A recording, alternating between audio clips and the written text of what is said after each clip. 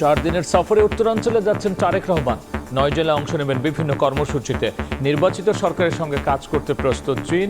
গুলশানে বৈঠকে রাষ্ট্রদূত। যারা কষ্ট করেছে, জীবন দিয়েছে, ত্যাগ স্বীকার করেছে, তাদের প্রতি সম্মান জানানো, সেই কাজগুলো উনি করছেন। এখন যখন ক্যাম্পেইনের সময় আসবে তখন উনি সেটা প্রস্তুতি দলের পক্ষ থেকে নেওয়া হচ্ছে। ভারপ্রাপ্ত চেয়ারম্যান বিএনপি তারেক রহমান সাহেবের role in leading Bangladesh into the future. They are ready to work with the next elected government of Bangladesh. সুষ্ঠু নির্বাচন নিয়ে শঙ্কা জামায়াতের। নির্বাচনের লেভেল প্লেইং ফিল্ড লঙ্ঘনের অভিযোগ। বিগত 3 নির্বাচন থেকে পুলিশকে শিক্ষা নেওয়ার পরামর্শ এনসিপির।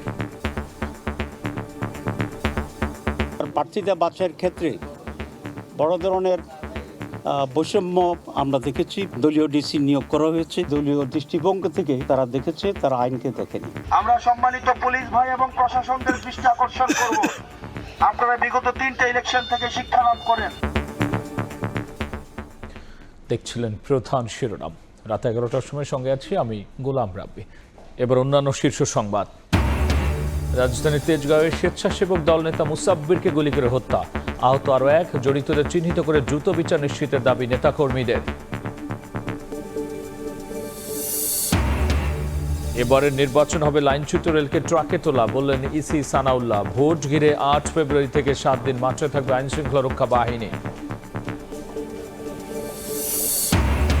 হাড় কাঁপানো শীতে বিপর্যস্ত জনজীবন। 44 জেলায় বইছে শৈত্যপ্রবাহ। 25% বেড়েছে জ্বর, সর্দি, নিউমোনিয়ার আক্রান্তের হার।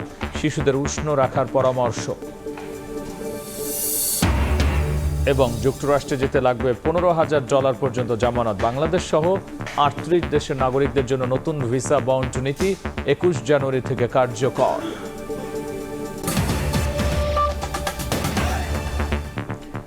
রাজধানীর তেজগাঁওয়ে ঢাকা মহানগর উত্তর স্বেচ্ছাসেবক দলের সাবেক সদস্য সচিব আজিজুর রহমান মুসাব্বিরকে গুলি করে হত্যা করেছে দুর্বৃত্তরা। আহত হয়েছেন একজন।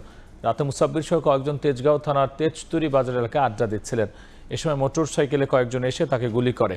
উদ্ধার করে রাজধানীর বিআরবি হাসপাতালে নেওয়া হলে চিকিৎসক তাকে মৃত ঘোষণা করেন। একই সময়ে মুসাব্বিরের সঙ্গে থাকা আবু সুফিয়ান মাসুদ নামে আরেকজন গুলিবিদ্ধ হন। তাকে ঢাকা মেডিকেলে চিকিৎসা দেওয়া হচ্ছে।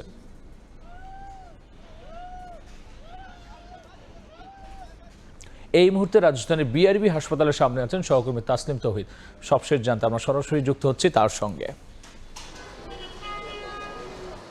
ঢাকা মহানগর উত্তর স্বেচ্ছাসেবক দলের সাবেক সাধারণ সম্পাদক আজিজুর রহমান ওরফে মুসাব্বিরকে গুলিবিদ্ধ অবস্থায় বিআরবি হাসপাতালে নিয়ে আসা হয়। পরে এখানে চিকিৎসাধীন অবস্থায় কিন্তু তিনি মারা গেছেন এবং একই সাথে আরও একজন ছিল গুলিবিদ্ধ। তাকে ঢাকা মেডিকেল কলেজ হাসপাতালে পাঠানো হয়।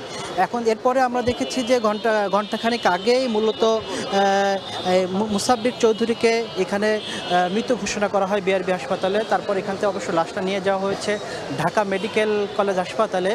আর এখন যদি চিত্র বলি যে এখানে কিন্তু বিএনপির নেতাকর্মীরা অনেকে এসে উপস্থিত হয়েছেন। অর্থাৎ ঘটনার পরপরই কিন্তু অনেক নেতাকর্মী জড়ো হয়েছেন এবং রাস্তায় কিন্তু তারা অবরোধ করেও রেখেছিলেন একটা সময় পর্যন্ত এই পান্থপথ বিআরবি হাসপাতালের সংলগ্ন রাস্তায়।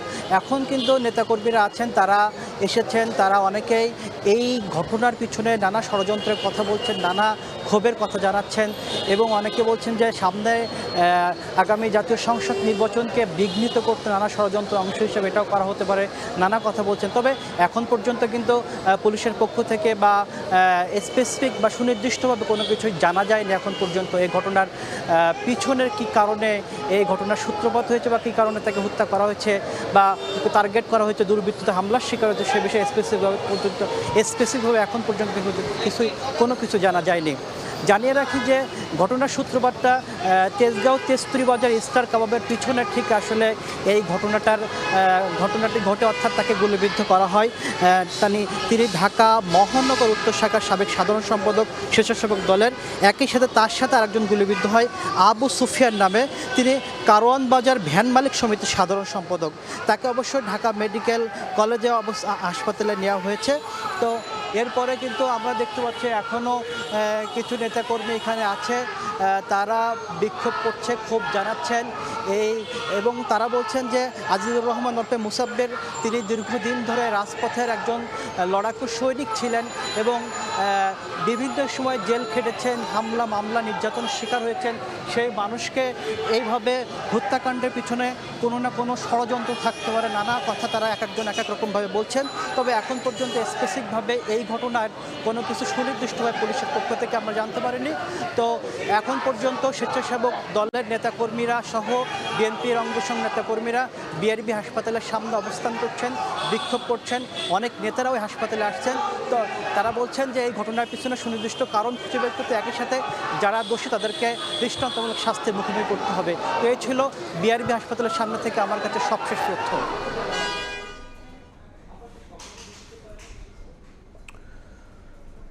স্বেচ্ছাসেবক দল নেতা মুসাব্বিরকে হত্যার পর নেওয়া হয়েছিল যেই জায়গায়, সেই বিআরবি হসপিটাল থেকে সবশেষ জানিয়েছিলেন আমাদের সহকর্মী। আমরা সেখান থেকে সরাসরি যুক্ত ছিলাম। এবার যাচ্ছে অন্যান্য খবরে। 4 দিনের সফরে রোববার উত্তরাঞ্চলে যাচ্ছেন বিএনপির ভারপ্রাপ্ত চেয়ারম্যান তারেক রহমান। 9 জেলায় সফরে মাওলানা ভাসানী, সৈয়দ আবু সাঈদ, নানি, মরহুমা তৈয়বা মজুমদার সহ জুলাই শহীদদের কবর জিয়ারত করবেন তিনি। সফর নির্বিঘ্ন করতে নিরাপত্তা সহায়তাতে চিঠি দিয়েছে বিএনপি। দেশে ফেরার পর প্রথমবার ঢাকার বাইরে সফরে যাচ্ছেন বিএনপির ভারপ্রাপ্ত চেয়ারম্যান তারেক রহমান। রোববার থেকে 4 দিনের জন্য উত্তরাঞ্চলের 9টি জেলা সফরে যাচ্ছেন তিনি। এই সফরকালে মাওলানা আব্দুল হামিদ খান ভাসানী, শহীদ আবু সাঈদ, নানি মরহুমা তৈয়বা মজুমদার সহ জুলাই শহীদদের কবর জিয়ারত করবেন তারেক রহমান। সাক্ষাৎ করবেন জুলাই যোদ্ধা ও শহীদ পরিবারের সঙ্গেও। সফর উপলক্ষে প্রয়োজনীয় নিরাপত্তা চেয়ে জেলা প্রশাসক ও রিটার্নিং অফিসারের কাছে চিঠি দিয়েছে বিএনপি। সফরের তালিকায় রয়েছে টাঙ্গাইল, সিরাজগঞ্জ, বগুড়া, রংপুর, দিনাজপুর, ঠাকুরগাঁও, পঞ্চগড়, নীলফামারী ও লালমনিরহাট। 14 জানুয়ারি দুপুরে বগুড়ার গাবতলী হয়ে ঢাকায় ফিরবেন তারেক রহমান। বিএনপির স্থায়ী কমিটির সদস্য আমির খসরু মাহমুদ চৌধুরী জানান, তারেক রহমানের সফর কোনো নির্বাচনী কর্মসূচি নয়, গণতান্ত্রিক আন্দোলনে নিহতদের কবর জিয়ারত করবেন তিনি। যারা কষ্ট করেছে, জীবন দিয়েছে, ত্যাগ স্বীকার করেছে, তাদের প্রতি সম্মান জানানো, সে কাজগুলো উনি করছেন। এখন যখন ক্যাম্পেইনের সময় আসবে তখন উনি সেটা প্রস্তুতি দলের পক্ষ থেকে নেওয়া হচ্ছে। এদিন ডিআরইউ মিলনায়তনে দোয়া অনুষ্ঠানে বিএনপির স্থায়ী কমিটির আরেক সদস্য ডক্টর মঈন খান বলেন, বেগম জিয়া তার সারা জীবন উৎসর্গ করেছেন দেশের মানুষের অধিকার ও গণতন্ত্র প্রতিষ্ঠায়। অনেকে 2008-এর নির্বাচনের কথা বলেন। আমি আজকে অতীতে বলেছি, আজকে আবার বলতে চাই, 2008-এর নির্বাচন ছিল একটি সাজানো নির্বাচন এবং অত্যন্ত মেটিকুলাসলি সেই নির্বাচনটি দেশি বিদেশি বিভিন্ন শক্তির সমন্বয়ে সেটির আয়োজন করা হয়েছিল। বিএনপি নেতারা বলেন, ১/১১ সরকারের অধীনে 2008-এর নির্বাচন ছিল দেশি বিদেশি চক্রান্ত ও পরিকল্পনার অংশ। তাকে যেন সর্বোচ্চ। সাইফুল রুদ্র, সময় সংবাদ, ঢাকা। বাংলাদেশের নির্বাচনে উদ্বেগ নেই চীনের। নির্বাচিত সরকারের সঙ্গে কাজ করতে প্রস্তুত বেইজিং। বিএনপির ভারপ্রাপ্ত চেয়ারম্যান তারেক রহমানের সঙ্গে সাক্ষাৎ শেষে কথা জানিয়েছেন চীনের রাষ্ট্রদূত। সন্ধ্যায় গুলশানে বিএনপি চেয়ারপারসনের কার্যালয়ে বৈঠক অনুষ্ঠিত হয়। বাংলাদেশে নিযুক্ত চীনের রাষ্ট্রদূত ইয়া ওয়েন সাবেক প্রধানমন্ত্রী বেগম খালেদা জিয়ার মৃত্যুতে তারেক রহমানের প্রতি গভীর সমবেদনা জানান। তারেক রহমানের সঙ্গে এই বৈঠকে উপস্থিত ছিলেন দলের মহাসচিব মির্জা ফখরুল ইসলাম আলমগীর এবং যুগ্ম মহাসচিব হুমায়ুন কবির।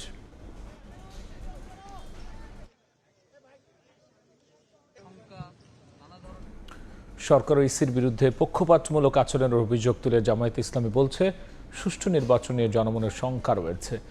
দলটির নায়েবে আমির বলছেন, পাতানো ভোট হলে গভীর সংকটে পড়বে দেশ।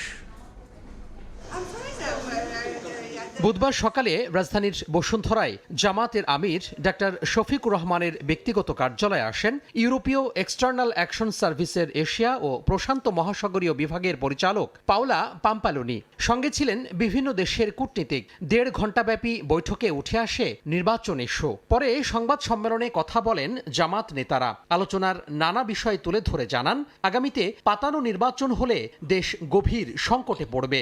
গত 1-2 সপ্তাহ ধরে সরকার এবং ল এনফোর্সিং অথরিটি যারা আছে, ইনক্লুডিং সেনাবাহিনী, যেভাবে একটি বিশেষ দলের প্রতি ঝুঁকে পড়েছে, এতেই আশঙ্কা তৈরি হয়েছে যে আগামী নির্বাচনটি কি আবার পাতানো নির্বাচন হবে কিনা।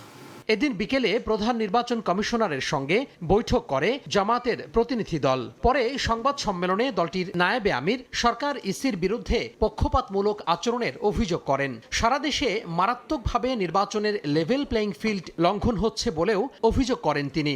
এবার প্রার্থীতা বাছাইয়ের ক্ষেত্রে বড় ধরনের বৈষম্য আমরা দেখেছি। বিভিন্ন জায়গায় দলীয় ডিসি নিয়োগ করা হয়েছে, দলীয় দৃষ্টিভঙ্গি থেকে তারা দেখেছে, তারা আইনকে দেখেনি। আমরা বলেছি এই ধরনের ডিসি এসপি যারা আছে তাদেরকে অপারেশন করতে হবে। একটি দলের পক্ষ থেকে ফ্যামিলিকে কার্ড দিচ্ছে যে ওরা ক্ষমতা গেলে কার্ড ছাপাইয়া দিচ্ছে যে এটা কার্ড করবে। এটা পরিপূর্ণভাবে সুস্পষ্টভাবে আচরণবিধি লঙ্ঘন। আমরা এটা দৃষ্টি আকর্ষণ করেছি এবং ইলেকশন কমিশন আশ্বস্ত করেছেন যে ধরনের ঘটনা হলে তারা ব্যবস্থা গ্রহণ করবেন। নির্বাচনে এনসিপিকে জামাত 10টি আসন দিচ্ছে এমন তথ্য সঠিক নয় বলেও জানান জামাতের নায়েবে আমির। রাখতে চাচ্ছি যেহেতু আমরা নির্বাচন। তোহা খান তামিম, সময় সংবাদ, ঢাকা। বিগত 3 নির্বাচন থেকে পুলিশকে শিক্ষা নেওয়ার আহ্বান জানিয়েছেন এনসিপির দক্ষিণাঞ্চলের মুখ্য সংগঠক হাসনাত আব্দুল্লাহ। দেশ এখন গোলামি এবং আজাদি দুই পক্ষে বিভক্ত বলে মন্তব্য করেন তিনি। বিকেলে কুমিল্লার দেবিদ্বারের উঠান বৈঠকে তিনি একথা বলেন। পুলিশের কাজ হচ্ছে, প্রশাসনের কাজ হচ্ছে জনগণ যাতে নির্ভয়ে, জনগণ যাতে তার নিজের ভোটটা নিজে যথাযথভাবে দিতে পারে। আমরা সম্মানিত পুলিশ ভাই এবং প্রশাসনদের দৃষ্টি আকর্ষণ করব, আপনারা বিগত 3টে ইলেকশন থেকে শিক্ষা লাভ করেন। আপনারা যদি নিরপেক্ষভাবে আপনারা আপনাদের দায়িত্ব পালন করুন, জনগণ আপনাদেরকে মাথায় তুলে রাখবে। আর না হয় আপনাদের বেনজির এবং হারুনের পরিণতি আপনাদেরকে বরণ করতে হবে। এবারে নির্বাচন হবে লাইনচ্যুত রেলকে ট্রাকে তোলা, এমনটাই বলেছেন নির্বাচন কমিশনার আবুল ফজল মোহাম্মদ সানাউল্লাহ। প্রার্থিতা ফিরে পেতে তৃতীয় দিনে কমিশনে আবেদন করেছে 131টি। 3 দিনে আবেদন করেছেন 295 জন। স্বাক্ষরে ভুল, 1% ভোটারের স্বাক্ষরযুক্ত নথি না থাকা, আয়কর রিটার্নের কপি যুক্ত না করা, দ্বৈত নাগরিকত্বের জালে আটকা পড়া সহ নানা কারণে মনোনয়নপত্র বাতিল হওয়ায় আপিলের তৃতীয় দিনেও নির্বাচন কমিশনে ভিড় করছেন অনেকে। বুধবার আপিল করতে এসে অনেকে প্রশ্ন তুললেন প্রশাসনের নিরপেক্ষতা নিয়ে। তাদের দাবি, শুনানিতে যাতে কমিশন সব প্রার্থীর প্রতি একই আচরণ করে এবং নিরপেক্ষতা বজায় রাখে। খোড়া একটা বিষয় নিয়ে, ছোট একটা বিষয় নিয়ে আমাকে আমার মনোনয়নপত্র বাতিল ঘোষণা করে। ক্লারিক্যাল মিস্টেকের জন্য আজকে আমাকে আসতে হয়েছে। তা আশা রাখি নির্বাচন কমিশন অবশ্যই আমাদের ফলপ্রসূ ফল প্রদান করবেন। নির্বাচনের ফিল্ড সারা বাংলাদেশে যেখানে নিরাপত্তাজনিত সংখ্যা আছে সেখানে ভোটের জায়গা আপনার সংখ্যা মুক্ত হবে এটা আমি মনে করি না। যে দুটি মামলার সাথে আমার জীবনের কোনো সম্পর্ক নাই, যে দুটি মামলার শাস্তি হয়েছে অন্য কোনো ব্যক্তিদের, সেই দুটি মামলাকে সংযুক্ত করে দেওয়া হয়েছে। এদিকে alliance for fair election and democracy আয়োজিত অনুষ্ঠানে যোগ দিয়ে নির্বাচন কমিশনার আবুল ফজল মোহাম্মদ সানাউল্লাহ জানান, এবারের নির্বাচন অনেকটা লাইনচ্যুত একটি ট্রেনকে আবার লাইনে ফিরিয়ে এনে চালু করার মতো। আমাদের জন্য 2026-এর নির্বাচন অনেকটা হচ্ছে লাইনচ্যুত ট্রেনকে লাইনে ফেরত এনে আবার চালানো শুরু করা, বেয়ার মিনিমাম রিপেয়ার করে কিছু কিছু যন্ত্রাংশ রিপ্লেস করে অন্তত গতি দেওয়া। এই কাজটা যদি আমরা করতে পারি তাহলে আমাদের প্রথম ধাপ অর্জিত হবে। নির্বাচনকে ঘিরে 8 থেকে 14 ফেব্রুয়ারি পর্যন্ত 7 দিনের জন্য আইনশৃঙ্খলা বাহিনী মাঠে থাকবে। কাউসারা চৌধুরী, কুমু, সময় সংবাদ, ঢাকা। কনকনে শীতে কাঁপছে দেশ। 44 জেলায় বইছে শৈত্যপ্রবাহ। জ্বর, সর্দি, নিউমোনিয়া আক্রান্তের হার অন্য সময়ের চেয়ে 25% বেশি। রাজধানীতে প্রায় অপরিবর্তিতই দিন ও রাতের তাপমাত্রা। জেঁকে বসেছে শীত। ঘন কুয়াশা থাকলেও সকালেই দেখা মিলেছে সূর্যের। শীতের এই তীব্রতায় রাজধানীর ছিন্নমূল ও খেটে খাওয়া মানুষের জীবন হয়ে উঠেছে আরও কঠিন। টাকা পয়সা নাই, এই জন্য কম কাপড়ে চলাফেরা করতে হয়। যারা ছিন্নমূল মানুষ তাদের দেখছি তারা অনেক বেশি সাফার করছে অন্যান্য বছরের তুলনায়। কর্মব্যস্ত শহরে শীতের আমেজ উপভোগের সুযোগ কম থাকলেও কুয়াশা ভেদ করে ওঠা হালকা রোদ উপভোগ করেন অনেকেই। শীতের দিনে যদি ভালো করে শীত না পড়ে তাহলে মজা লাগে না। উইন্টার লাভার আমি এনজয় করতেছি। আবহাওয়া অধিদপ্তর বলছে রাজধানীতে আগামী 2 থেকে 3 দিন সূর্যের দেখা মেলার সম্ভাবনা থাকলেও আগামী সপ্তাহে বাড়তে পারে কুয়াশা। 2 থেকে 3টি মৃদু থেকে মাঝারি ধরনের শৈত্যপ্রবাহ থাকবে এবং এর মধ্যে 1 থেকে 2টি তীব্র ধরনের শৈত্যপ্রবাহ থাকতে পারে। এদিকে শীতের সঙ্গে পাল্লা দিয়ে বাড়ছে ঠান্ডাজনিত রোগবালাই। হাসপাতাল ও ক্লিনিকে বেড়েছে শিশুদের সংখ্যা। যখন 2 মাস বয়স তখন থেকে নিউমোনিয়া দেখা দিয়েছে। এই নিয়ে 5 বার নিউমোনিয়া হয়েছে। শ্বাসকষ্ট দোনো বেবির, একজন অনেক গুরুতর দেখে আইসিইউর মধ্যে ভর্তি আর একজন বেডে দিছে। চিকিৎসকরা বলছেন বছরের অন্যান্য সময়ের চেয়ে শীতে ঠান্ডাজনিত রোগবালাই বেড়ে যায় 25 থেকে 30% বেশি। শ্বাসকষ্ট হচ্ছে একেবারে খাওয়া বন্ধ হয়ে গেছে, এরকম যদি হয় তাহলে অবশ্যই চিকিৎসকের কাছে যাবে। শুধু শিশুরাই নয়, ষাটোর্ধ্বদের ঠান্ডাজনিত রোগে আক্রান্ত হওয়ার আশঙ্কা বেশি থাকে বলে জানান চিকিৎসকরা। তাসনিয়া নিশাত, মিম, সময় সংবাদ, ঢাকা। আগামী অর্থবছর থেকে অনলাইনে ভ্যাট রিটার্ন দাখিল বাধ্যতামূলক করা হবে। এজন্য সব জটিল আইন সংশোধনের কাজ চলছে বলে জানিয়েছেন এনবিআর চেয়ারম্যান। রাজস্ব বাড়াতে আদায় পদ্ধতি সম্পূর্ণ অটোমেশনের পথে যাচ্ছে জাতীয় রাজস্ব বোর্ড এনবিআর। চলতি অর্থবছর থেকেই অনলাইনে আয়কর রিটার্ন দাখিল বাধ্যতামূলক করা হয়েছে। এরই ধারাবাহিকতায় আগামী অর্থবছর বাধ্যতামূলক করা হচ্ছে অনলাইনে ভ্যাট রিটার্ন দাখিলও। ভ্যাটের আইনে অনলাইন রিটার্ন কম্পালসারি করার কোনো বিধান ছিল না, যেটা আমাদের ট্যাক্স আইনে থাকার কারণে আমরা দ্রুত করতে পেরেছি।